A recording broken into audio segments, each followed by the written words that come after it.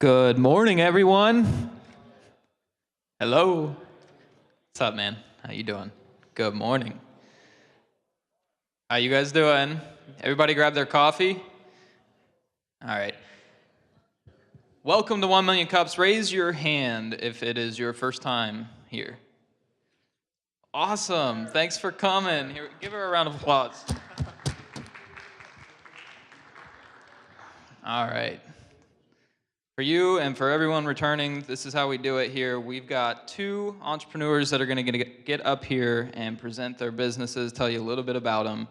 And then we're going to turn it over to the expert panelists. They're going to ask some tough questions. And then we're going to turn it over to you guys, the audience, to ask some tough questions. By the way, my name's Tyler. I'm one of the community organizers along with Kyle and John and Courtney in the back. And Courtney's staring at me back there. Look, get hand on the hip. All right. It's a light crowd. I think it's just because of the holidays. So I'm going to go ahead and turn it over to our expert panelists here.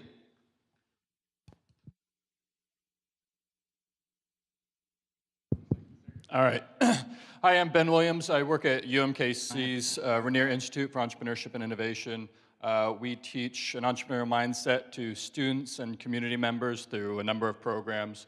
Our classes, programs like Enactus or our eScholars program that works early stage ventures through the process of starting and growing their venture, led by Brian Boots back there. If you get a chance to talk, go talk to Brian.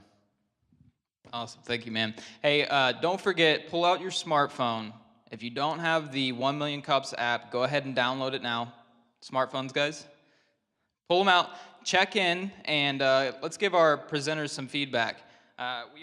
We have Wesley Hamilton presenting first with Disabled But Not Really. So guys, let's give him a warm 1 Million Cups welcome. Here we go. Disabled But Not Really. www.disabledbutnotreally.org. Let's talk a little bit about spinal cord injuries and depression. Well, by gender, if you take a look at it, 80% who have spinal cord injuries are men, 20% are women. There are 4 types of SCI with really difficult, unpronounceable names: incomplete quadriplegia, complete quadriplegia, complete paraplegia, and incomplete paraplegia. Whew, I got them right. As many as 500,000 people suffer from SCI each year. 1 in 5 people with a spinal cord injury suffers from depression. Nearly 66% of individuals with SCI are either overweight or obese. Up to 90% of SCI cases are due to trauma. 3 million people use a wheelchair. 16 million are mentally disabled. 10 million use crutches, walkers, or canes. People with spinal cord injury also risk developing secondary conditions that can be debilitating and even life-threatening, such as deep vein thrombosis, urinary tract infections, pressure ulcers, and respiratory complications. This is Wesley. In the year 2012, he was weighing 230 pounds. He was depressed. Don't let that smoker in the back fool you. He was really depressed. And this is me now. 130 pounds, full of energy.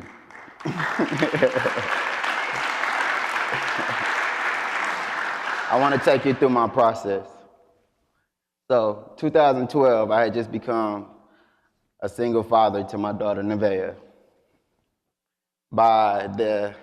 Also at the beginning of 2012, I suffered multiple gunshot wounds that led to a spinal cord injury. I went through a lot of depression. Trying to figure out this new way of life, it was pretty hard. So by the end of 2012, I actually was diagnosed with a pressure ulcer that led to bed rest for 2 years. By 2014, I knew I had to make a change, not only for myself, but for my daughter as well. So I looked into nutrition and fitness as a way out. I lost 100 pounds in a year from just eating right. Pretty amazing. So by 2015, I was having my last surgery in March. And so the couple months following up until that moment, I came up with Disabled But Not Really. I wanted to come up with a way to help promote health and fitness to the disabled community, to show them that they can live a more healthy and active life. I also started my fitness journey. My first goal was to do a 5K run that Kevin Hart came and did, and I accomplished that. It wasn't just for me, but it was also to prove to people like you, that we were able to do anything. By 2016, I found out about adaptive CrossFit and wheelchair bodybuilding. I did a couple competitions that year. So let's fast forward to now. This is a picture of me in West Palm Beach, Florida, where I finished first place in a wheelchair bodybuilding competition.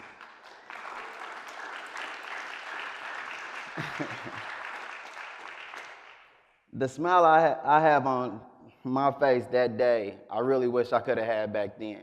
But I wouldn't have learned the things that I learned, and I wouldn't be wanting to help others. What is disabled but not really's focus? Well, our focus is mental health, nutrition, and fitness. Through these three, we believe that we can help the disabled community gain mental strength. We will do this through our Disabled But Not Really blog, improve social skills, time management, provide resources, mentorships, fitness events, and even podcasts. Why does Disabled But Not Really matter? Awareness. Bringing awareness to the Kansas City and surrounding areas. We will do that through community outreach, speaking at schools, rehab facilities, hospitals, and anywhere we're invited to change the mindsets of many on what it means or what it looks like to be disabled. Social skills. Well, we feel that if we help improve social skills within the disabled and able-bodied community, then people with disabilities will be more than willing to feel confident to be accepted as they go to restaurants, shopping malls, grocery stores. Kansas City's community is growing, and we have to look at people with disabilities as growing as well. Let's look at the statistics. Well, the best cities for people with disabilities, Overland Park is number one, but Kansas City's not on that list. When we look at the worst cities with people with disabilities, thank God Kansas City's not on that list.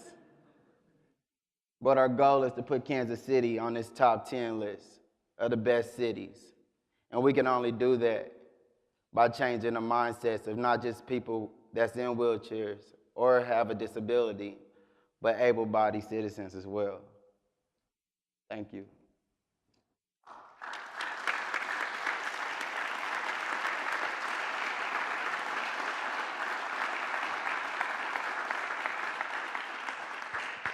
Excellent. We will start with a few questions from our expert panel. Can you explain, is there anyone else on the team or is it just you? At the moment, it's me. I'm actually partnered with several people that's not actually in Kansas City with disabilities as well. I really want to have like a passionate team of people that really understands others as well. So that's what we're building upon now. Okay. And is this full-time? Do you have another job, or is this something you got to fit in? No, this is between my them? passion. This is full-time. I do this all day. So I guess the question for me is, how do you fund the process? Well, we're looking into more of fundraising for the upcoming year, as well as grants and things like that, doing different events to raise the awareness,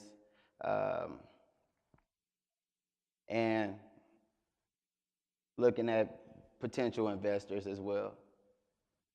So what do you think this organization looks like in maybe 5 or 10 years, and best case scenario for you? Well, I've went to several different coasts. I've been over in Florida as well as California, and they have great programs for people with disabilities, but the Midwest is struggling.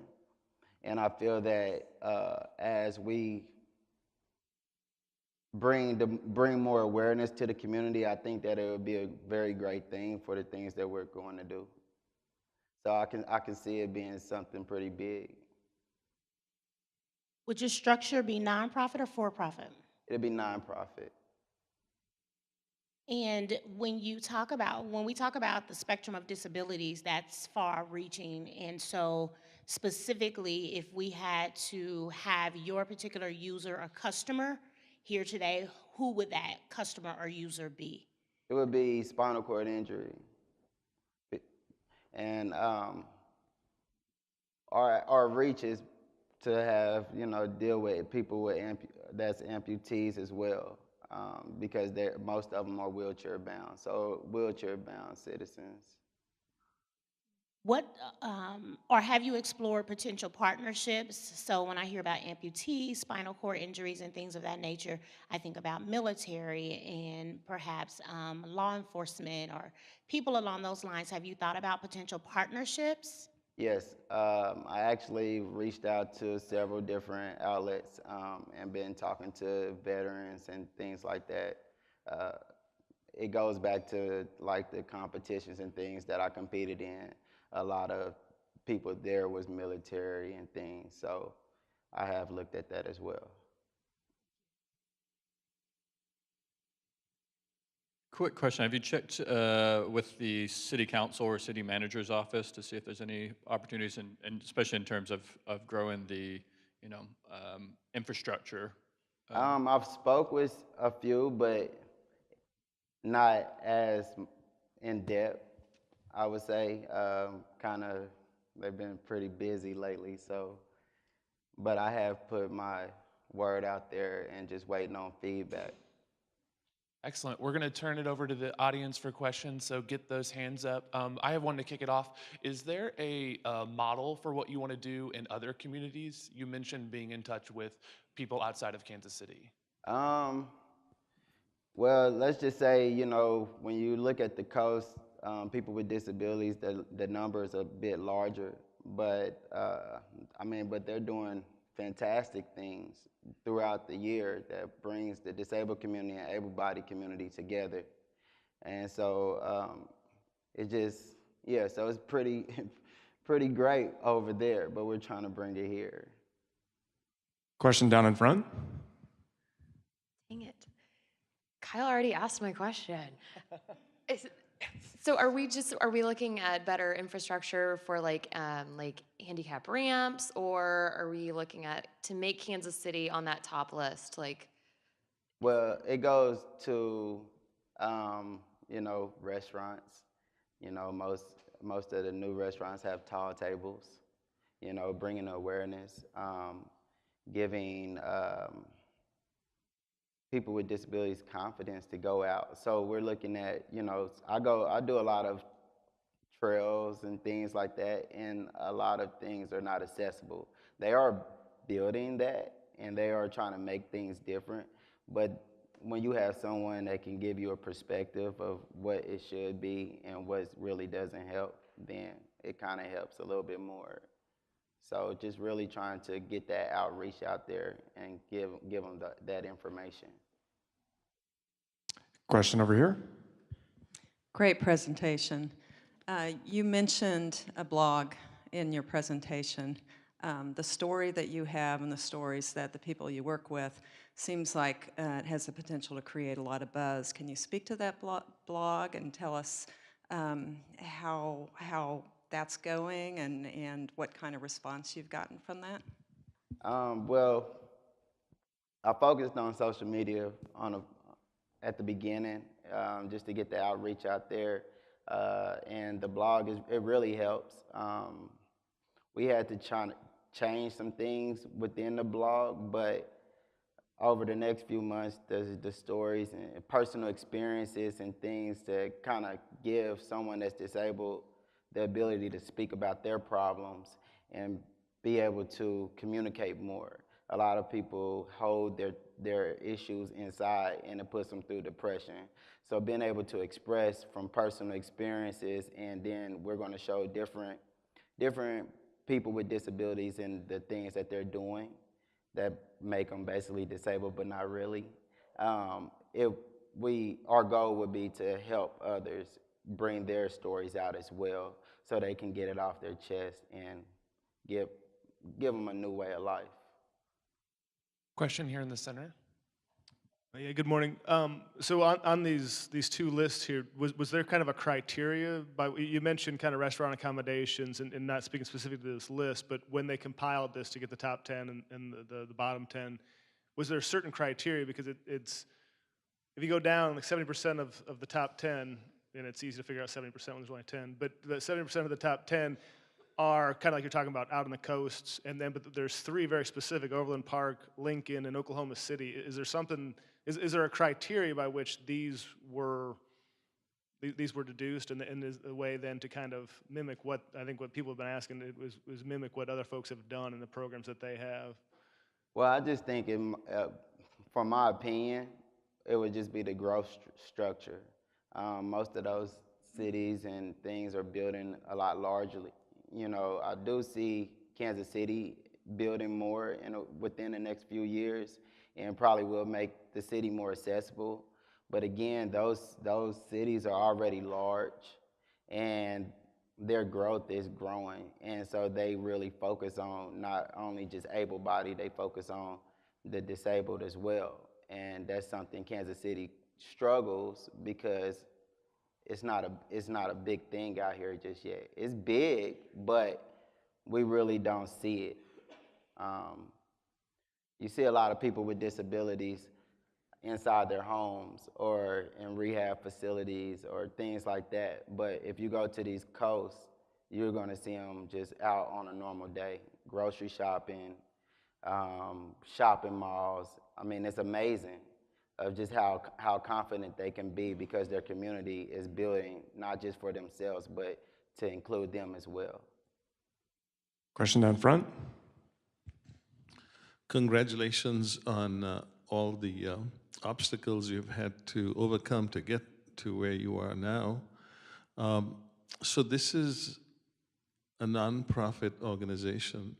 You haven't said anything about your business model. Can you talk about that a little bit, what your funding mechanism is? Well, basically, when it comes to funding, we've just looked into grants that's within the area and really fundraising. When it comes to nonprofit, fundraising is a big deal. So we're planning to do lots of fundraising. And that will go into like our fitness events and things. I really want to bring 5K runs and things like that, where that we can have the community as well as the disabled community do things together. But we're raising funds to bring that awareness in that way. Question down front. Good presentation. I'm going to kind of pile on Roshan here and ask, did you consider, two questions. Did you consider doing anything for profit in a consulting way or in a professional services way? And again, it's a question about the business model and not just grocery stores and places like that, but workplaces, right. Offices and factories and so forth. Those are my two questions. The for-profit is something that we're working on because I did want to come up with a way to earn income to help fund this. So that is something that we are working on. It's just not we just don't have that full foundation laid out yet. But it is coming. Another question up front. So right now, you are the team, so to speak, right? Yep. So my first question is, in 6 months, what would your team look like? Well, I'm pretty focused on building now. And my next goal is actually like get my board of directors together and things like that. So 6 months, I really feel like it'll be a lot more established with the team because can't do everything yourself. Absolutely. And then my other question is, when I looked at the website, the idea that I got from it, or the conclusion that I drew, is that it was focused on healthy living, how to be disabled but not be disabled, so to speak, still keeping up your health and all of those types of things. And I'm also hearing that there's another piece of that really centers around advocacy. So do you look to build those two things out simultaneously, or will you focus on one and then shift and start building the other out? Well, see, when it comes to being an advocate, I think that newly injured patients, as well as some that really don't have the knowledge, they need that now. And if we can help them gain some type of positive mental attitude, then it's a lot easier to explain the benefits of what a healthy life would do for them, as well as fit. So that's something that we're going to be bringing all together. Like, all those things kind of work hand in hand. Question here on your far left. Good morning. What are some of your personal experiences that you go through in public that people who aren't disabled necessarily know about or are aware of? I mean, the stares, you know, people constantly look at you. People constantly take it as there's something wrong with you instead of just being accepted. I mean, and they could just want to know what happened or things like that, but it's hard when you're not looking at them the same way. You want to be accepted the same way they're accepted. And so that's really, I think that's really one of the major problems when it comes to being disabled, is just going out in public and being treated like you're different. And so our focus is to try to raise the awareness and give people the ability to treat everyone the same. I have confidence, so I can go a little bit anywhere, and it really doesn't bother me anymore. But it's a lot of people that struggle with that confidence. And so and when you're being stared at or looked at a restaurant or something like that, it bothers you, and then you don't want to go back out. And that's what a lot of people face. Thank you Question for in the that middle? question. Yes, hi, good morning. I've been doing a lot of different nonprofit organization work since I was in high school, and something that I consistently see is, for instance, the very first place I volunteered was a therapeutic riding center for children with autism, and they would pair people that had little to no experience with kids with autism with a child with autism, and we would work together, and that really taught me a lot about kids with autism and what they need, what they don't need, and honestly how special they are. And I think that something that might help you, I don't know if you've considered it, is doing some sort of workshop similar where you pair people without a disability with someone that's wheelchair bound. Have you thought about doing something like that? Oh yeah, or- that's a bit of kind of with the events and programs that we're coming up with, is to have workshops because that's the only way you will know what a person with disability can do if you're not around them on a daily basis. So that's part of the outreach as well. Just going out, if we can go to different facilities and things and talk and just raise that awareness, or like you said, partner up. That is something that we've looked into, and I think it's a great idea. It only helps. It only helps. So building on that, I saw on your social media, you've done some presentations at schools, right? Yes. Can you tell us about those events? Oh man, they're amazing. They are amazing every time. Going and talking to children, to me, is essential, because they are the ones that we have to look at as our future. And when I go to elementary schools, I kind of do a Q&A where I just let them ask questions, because their minds are so curious. And sometimes our minds are curious, but once we get older, we don't ask them those questions. And so I get questions like, how do you go to sleep? Or how you walk upstairs, things like that they don't know. And so it's great, because then the feedback that I get from them is completely different than when I went into the room. And that really helps, because then it shows the impact that we will actually put onto our community by going into those schools and changing the mindsets and what we can do, because those kids actually go home and they're talking to their parents about it.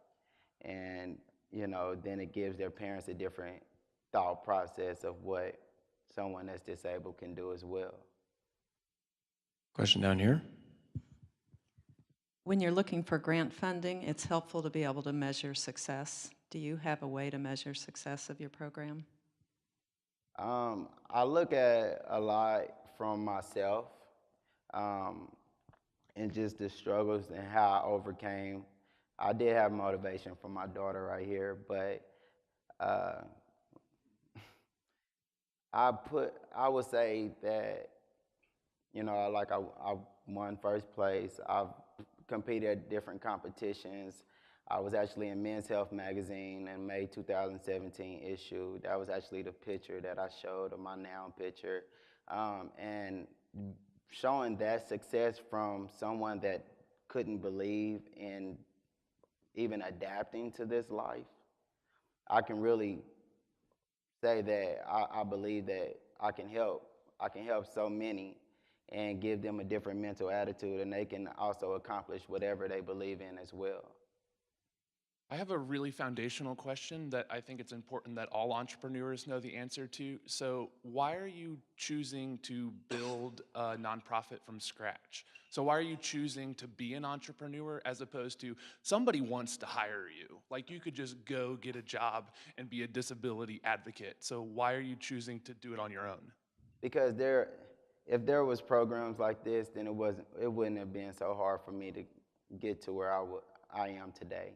And my goal is, it's a passion for me to help others. It's a passion for me to lay out a platform that provides programs and things. And I don't want to just join someone else's platform that really don't understand the mental and physical part of being disabled. There are a lot of nonprofits and things out here that focus on disabilities. But my main goal is when you have personal experience, it helps. And so for me, by me having that personal experience and knowing the odds and ends, as well as being able-bodied, I'm 29 now, so it happened when I was 24. So 24 years I was walking like everyone else. And the way I looked at someone with a disability is just like many of us. And so for me now to experience both worlds, I want to put that in my own perspective and give people a different outlook on life. Question in the back. I have some friends that do hunting and fishing trips for disabled veterans. Have you thought about doing anything with the military, helping people who come back from war? If the government is doing this, I'm sure you can do it better. Have you talked to anybody in the military? Yes. Some of my good friends now are vets that maybe lost a limb or something in overseas, and we've talked about ways that we can bring more awareness into that area and have them go out and have certain activities, like you said, the hunting. I would love to do some hunting myself. So. Yeah, we've looked into that, and that's something that we would really like to do, just because we can't leave them out. When you think of a disability, a spinal cord injury, it can happen to anyone. I mean, this happens on a daily basis. So we have to focus on all communities and put them all together as one. All right, final question. What can we as a community do to help you? Well, we need you to volunteer. We need volunteers. We're looking for a street team, a group of people that can help with outreach, event organizers, or even if you know a passionate life coach, fitness instructor, therapist, doctor, or dietitian. Someone that we can use as a resource to help us educate. Together we inspire, hope, and bring social and economic change to not just our community, but all communities around us. And we ask you to follow us on social media. Stay updated, because we're going to update you. So if you follow us, then you can join our journey to bringing both communities together and bring them as one. Disabled but not really, thanks you. Big round of applause for Wesley.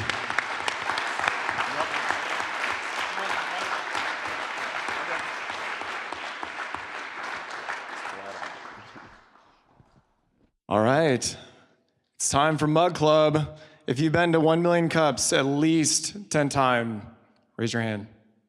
If you do not have a mug, keep your hand in the air.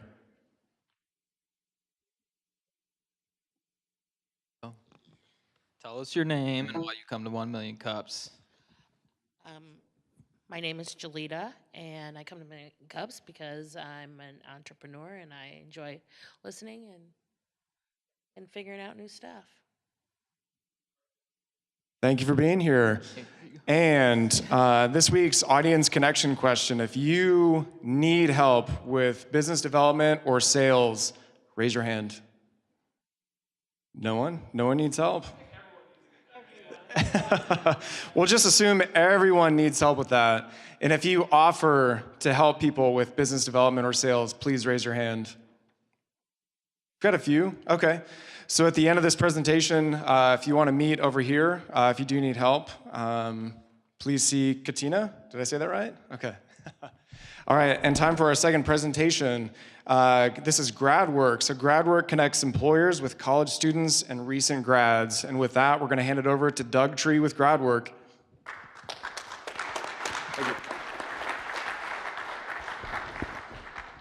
Hello, hello. All right. So it's graduation time. Probably some people here that know somebody that graduated, so congratulations, and thank you for helping those reach that goal. Jeff, he enters a bar. Well, oh, no, he doesn't enter a bar. He enters this is 2017. He gets into an Uber car, and the driver asks him where we're going. And Jeff says, I just graduated from Yale University, and I'm going to meet up with my friend, and we're going to plan for our futures. And the driver says, hey, it's great to meet a fellow Yale alum.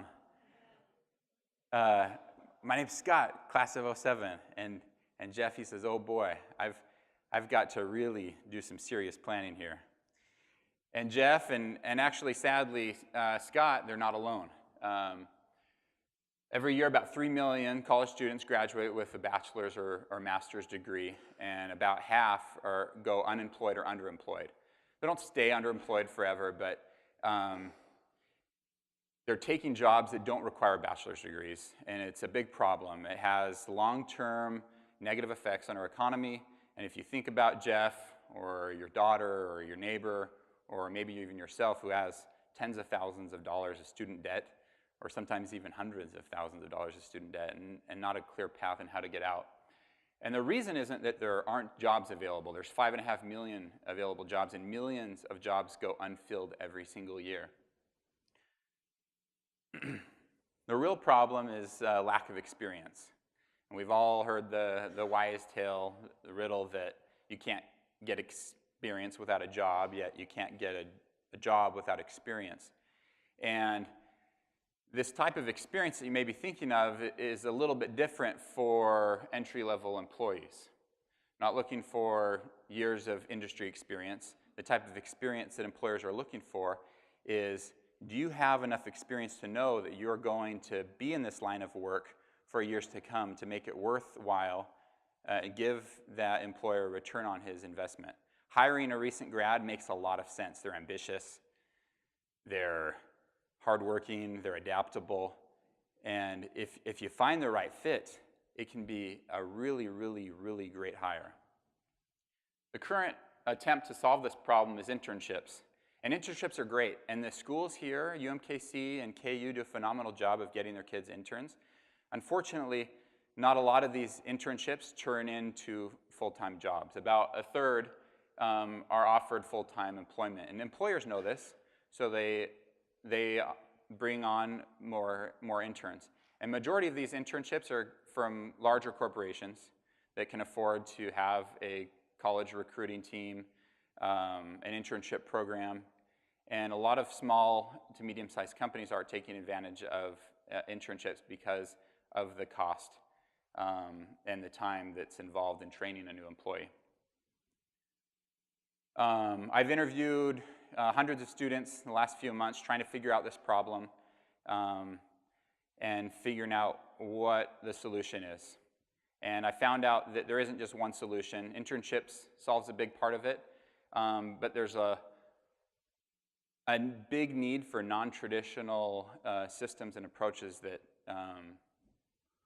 goes fast. So our goal is to close the gap between education and employment, and we do this by providing an online marketplace of real-world projects that students can work on while they're in school to help them for employment after graduation. And these projects are sponsored by companies interested in hiring grads. The magic happens when a student can pick and choose which project they want to work on. With internships, students they know how important it is to get an internship. It's a standard, so if they don't get the internship that they wanted because it's so competitive, they'll use the shotgun approach and apply for anything and hope they'll get an internship. While it's good to have that work experience, it's not the experience that the employers are looking for. How it works is employers that are interested in hiring grads can post a project. This is a sample project that multiple students can work on, and employers can review their work, provide meaningful feedback to the student, and give them an opportunity to build their resume, to show their talent, to show their work, and that gives an opportunity for the employer to have a very inexpensive way to try before they hire. In the workplace, it's all done online in the student's own time. In between classes, they can work on these projects, and the employers can provide feedback and communicate and collaborate with the students on their own time as well. There's over a million US internships filled every year. Over 10 million student projects are completed every single year. And a lot of these projects are done in this particular fashion. We just want to bring it online in one marketplace so that if a student is looking for a project where they can receive help and guidance from employers, they have that. We take a small fee, a 10% finder's fee, recruiting fee, if and only if a full-time position is offered. And kind of how we stand up, we're not a job posting site. We are, and these are some of the advantages we have over some of our competition. Anyways, thank you.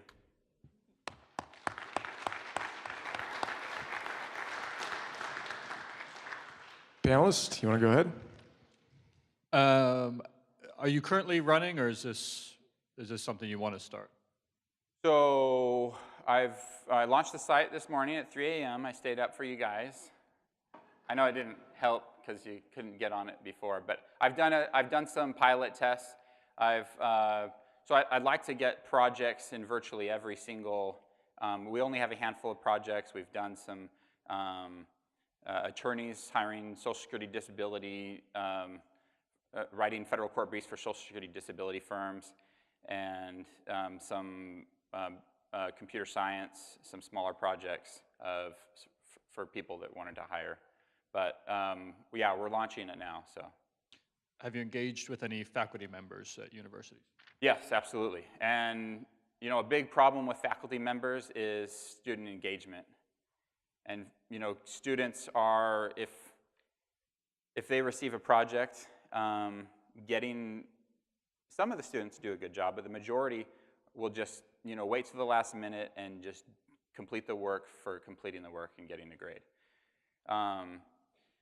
Giving students ownership and letting them pick and choose which projects, and being able to connect with employers and being able to see the immediate feedback from that will, I believe, help faculty receive much more of that engagement that they're looking for. I would also just suggest, my role at the Rainier Institute is mainly on student programs, getting students involved outside the classroom. We have several groups that do projects. In fact, our Enactus group finds needs in the community, builds projects, executes those projects, and then measures their results afterwards. We have over 80 students from across campus doing these projects. In fact, one of their projects was a similar goal, engaging students with the startup community and creating an opportunity for them to find employment opportunities there. So I just suggest finding some of those groups that are already doing this. Right. One of the things, I mean, I literally have dozens of people every month contacting me specifically for the students involved in certain projects, asking me to help them vet some students. So I think, you know, engaging with the faculty members that are really involved with students that have that engagement already. I could tell you right now, if you could solve some of my problems, and I literally don't have the time to respond to every email about, you know, getting students a job, and every student that comes to me finding them the perfect job. That's a huge need, and actually, once again, one of the things that some of my student groups are working on. So I could definitely connect you later. Thank you. I'm excited to help you out. Good morning. Can you walk us through onboarding a business? And I heard you say that multiple students can be working on a particular project. And so walk me through how you onboard them and then how multiple students are working on it and getting feedback, and then whom then this business or corporation, I'm assuming they're assessed a fee or something like that. So kind of what does that really look like? Right, so great question. So every business is obviously different. We need to, you know, be able to accommodate their specific hiring goals. But what we like to do is get a project from these employers. In most cases, it's a previous project that they've already worked on. This isn't a current project. This isn't going to require a lot of their time. But we ask for a challenging project, one that would normally take a mid-level employee a couple weeks to do, to give the student something to really show their work, what they're capable of. And giving the students enough information to be able to complete the work without giving them too much information. We don't want to handhold them. We want to be able to see if there really is a fit here. And then once, so there's online, and I've built all this in the last couple months. A student can filter through these projects and find which ones they want to work for, from companies that may be local or maybe companies that are in a specific niche, and there may not be very many of them. And then once they enroll in the project, they complete the project, and once they're enrolled in the project, there's an open communication so that messaging can happen, and milestones can be created as well. We always encourage milestones. So if a student isn't able to complete the first milestone, they're not wasting the employer's time. And a lot of these employers don't really have a lot of time to do these reviews. So a lot of this work is passed on to mid-level employees that are getting ready to bump up to a senior level employee where they may be needing some training on training. And so they're acting as a mentor for these students. Does that answer some of your questions? Yeah, can you go back to the slide that showed what you are and what you aren't? I know you were pressed for time. So low turnover, I mean, this is huge. Right now, millennials, there's some studies that show it's upwards to 75% turnover rate. That's 25% retention rate. If you hire a recent grad, chances are they're only going to be with you for 3 months. That's not very good odds. And that's why there's such a huge gap, right? There's so many unemployed grads and so many unfilled positions, is because, you know, how do you make sure they're going to be with you long term? And I guess my question then is, how does grad work stay afloat if your revenue model says you don't get paid unless a student is offered a full-time position?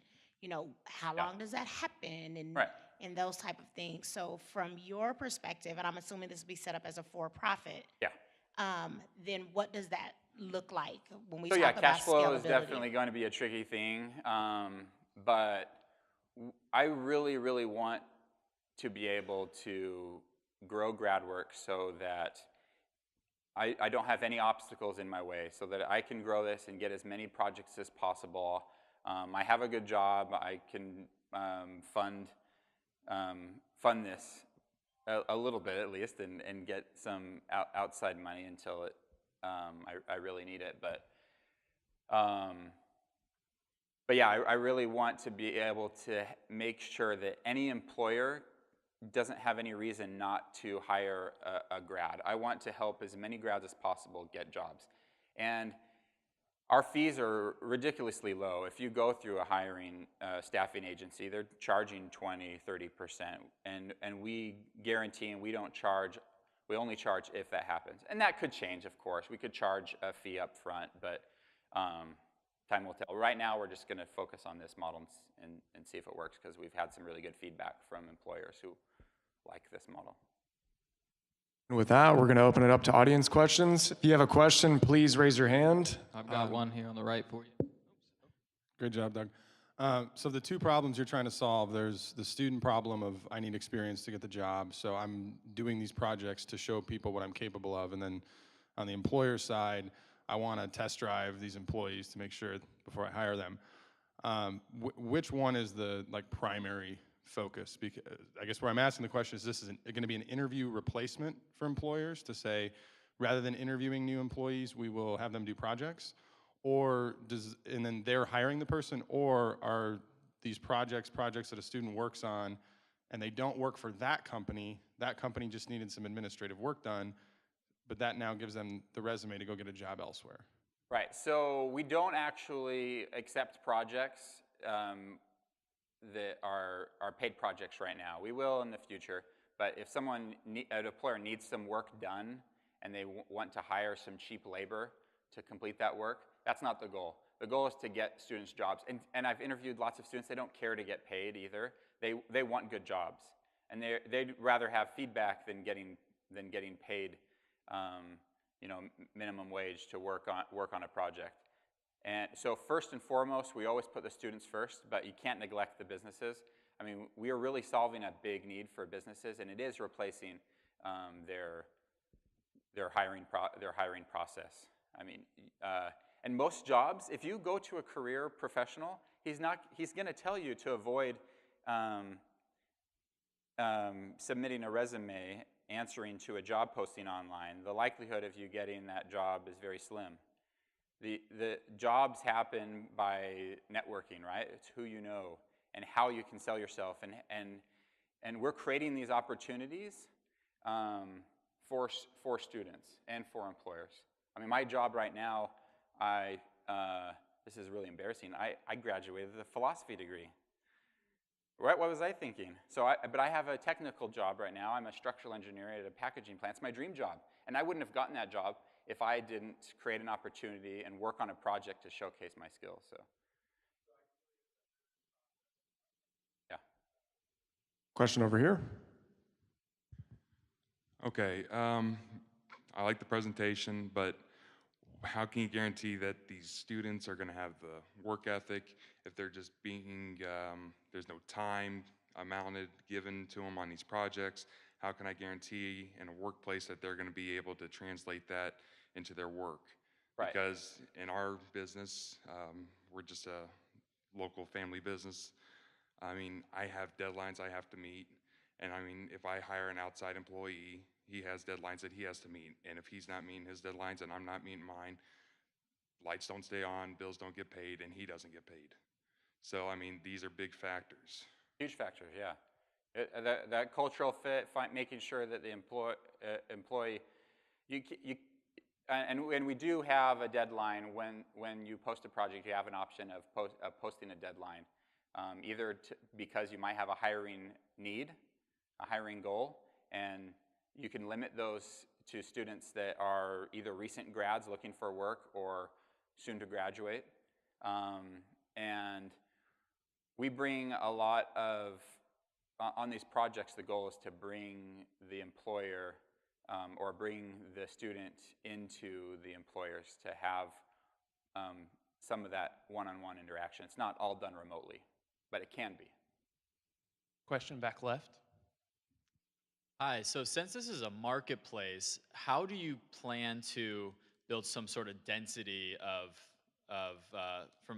both sides? Are you going to do it location wise? Are you going to start with a certain industry or a certain type of project? Right, so we want to focus on Kansas City, and our goal is to be able to get projects for as many areas of study as possible. But we're going to focus primarily on Kansas City. I love Kansas City, and I think this is a big way to help Kansas City bring some talent in, I think it'll help tremendously. But yeah, we want to grow it here in Kansas City. Question in the middle. This question is regarded for the people that may not have recently graduated. They may have graduated like 5, 10, 15 years ago, right, and they're struggling to find work or something like that. How would you go ahead and build that up, and how would you go ahead and allow people who may not have recently graduated to find stuff with grad work? How would that work? So we do allow it up to 5 years after graduation. Beyond that, there are lots of resources available, but we're focusing on students. We want to fix this problem earlier on so that our future is taken care of. But I mean, maybe in 10 years after we figure out the model and it works really, really well, we'll rebrand it and open it up, this process, to anyone. So, Question in the back. good question. Hey, Doug, how you doing? All right, so here's my question. Could you run us through how it works from a corporate side? So if I'm an employer and I want to hire one of these good grad students in the audience, how much do I pay you to come into your program? And then if I choose to actually hire that student, what do I pay you per each student? And then how do you get your money, and what do you end up ultimately making out of it? Okay. So we don't charge anything up front. It's free to post a project, free to get students to work on these projects. I think that's the best way. But you're, in exchange for not paying anything up front, you're committing to offering this mentorship. But you, of course, benefit from being able to connect with students while they're still in school and get first pick on students that work for your organization. And we collect a 10% fee of their salary, their annual salary. So if average annual salary, say it's $50,000, then we'd collect a $5,000 fee upon employment after a 3 or 6 month. We haven't exactly nailed that down yet, what we're going to guarantee. But if it doesn't work out, we'll continue to work for free until we find a replacement. Question over here. I love the idea, but what kind of controls do you have in place to make sure you actually get paid? Because a company, you have a communication, a way to communicate. A company could just contact that person through that and make an offer, Yeah. or outside of your system, and skip compensating you. Right, and that's possible. I mean, this is a social enterprise. We want to fix the problem and get paid. I mean, we're going to have systems in place to monitor that, and we own when the students sign up, they create a profile, and we work with them closely. We want them to succeed, obviously, so we can get paid. So we are acting as a normal staffing agency would, and being in close communication with them, training them, offering them agile training, offering them training on how to interview, and so we know if they accept a job or not. Question in the back. Good morning. One of the challenges with internships in general is defining a meaningful work project as well as someone to give them structured feedback. What kind of controls are you going to do with the companies to ensure that they come up with a qualified project, that they give feedback, that the students actually get a quality work experience? Right. That's the whole thing. That's exactly what we're doing, and how we do it is through this workplace. We have email notifications if there isn't if the project isn't completed by a certain deadline, or if there isn't a review made. The employers have to make those reviews and write those reviews and give that feedback. As far as the projects, we are very picky on what projects are allowed. We don't just allow anyone to post a project. We have to approve of it first.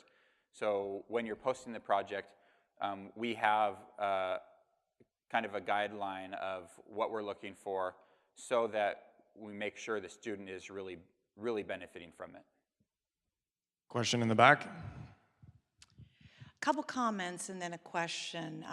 I think you've done a great job on your presentation. It takes a lot of guts to get up there. These have been good questions. Have you hooked into and collaborated with the Casey Rise initiative in Kansas City? Are you aware of that? Casey Rise? Yeah, Casey Rise. I've heard of it, but I'm not familiar with it. So I'd recommend looking into that. It's the corporates getting together. You know, the corporates want you to deploy to be of use to them. Right. Sandy Price used to be the CHRO at Sprint, is heading that. I'd be happy to connect you there. Second, are you offering your services to other placement agencies? I'm a large headhunter here in the Midwest. I came to hear you, and I'd like to know if you would either have services, B2B services, because I think it could be really helpful. Yeah, I hope you make Yeah. a lot of money. Yeah. We pay a healthy commission, so. Yeah, and then third, have you thought about setting up an advisory board for yourself? Just some other wise people in town Right. that you could use as a beta test. I mean, if Kansas City is a fertile place, which I think it really is, I there's think a lot of work here. I'd strongly recommend you consider that. So.